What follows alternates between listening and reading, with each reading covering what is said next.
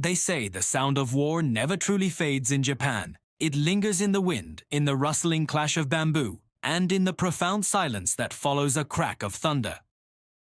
This is a story from long ago, when the world was still divided by swords and honor, a time of legends and spirits. In that era lived a warrior named Ojin. He was a man of principle, fighting not for conquest or greed, but for balance and justice. His skill was legendary, but it was his character that truly set him apart. When he eventually fell in battle, it is said the very heavens trembled with grief. And from his noble spirit, a god was born, Hachiman, the divine protector of warriors, the guardian of Japan itself. For centuries, Hachiman became the heart of the warrior code. Samurai would pray to him before every battle, offering up arrows and solemn vows of loyalty. Their belief was simple and unwavering. Hachiman blessed the pure of heart and the righteous in cause, but he would doom the proud and the corrupt.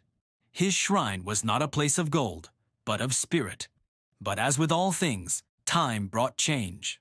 One empire grew arrogant, its ambition eclipsing its honor. A powerful shogun rose, raising his banner high and declaring himself personally chosen by the gods.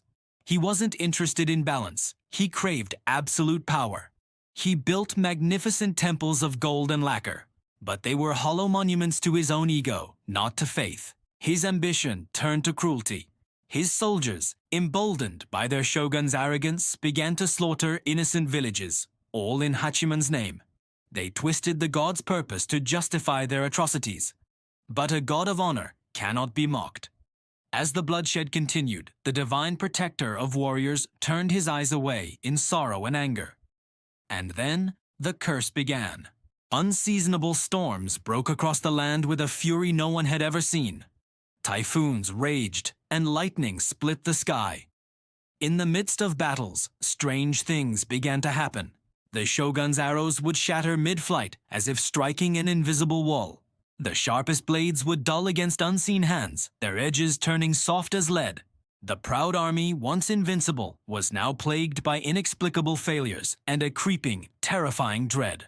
The final act of this divine judgment was as swift as it was silent. One misty morning, as the shogun's army marched through a valley, a thick, unnatural fog rolled in, swallowing everything in a blanket of white. It was a silence that was heavier than any sound, and when the fog finally lifted, the army was gone. 1,000 men, their banners, their horses, all had vanished, swallowed by the silence. There were no bodies, no signs of a struggle, just an eerie, empty landscape. To this day, the story lives on. Fishermen along the coast sometimes find pieces of armor washing ashore. It's always perfectly preserved, still gleaming as if it were forged yesterday, untouched by the rust and decay of centuries. It's a chilling reminder of the army that disappeared into the mist. And in the quiet temples, monks still whisper the legend. They say that whenever the drums of war beat again in Japan, the spirit of Hachiman walks the land once more. He is not a god of vengeance, but a god of remembrance.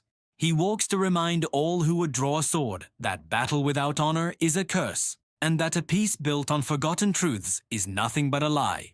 The tale of Hachiman serves as a powerful warning. It's a story about pride, the corruption of power, and the enduring strength of honor. It teaches that true strength isn't found in golden temples or mighty armies, but in the heart of the warrior and the justice of their cause.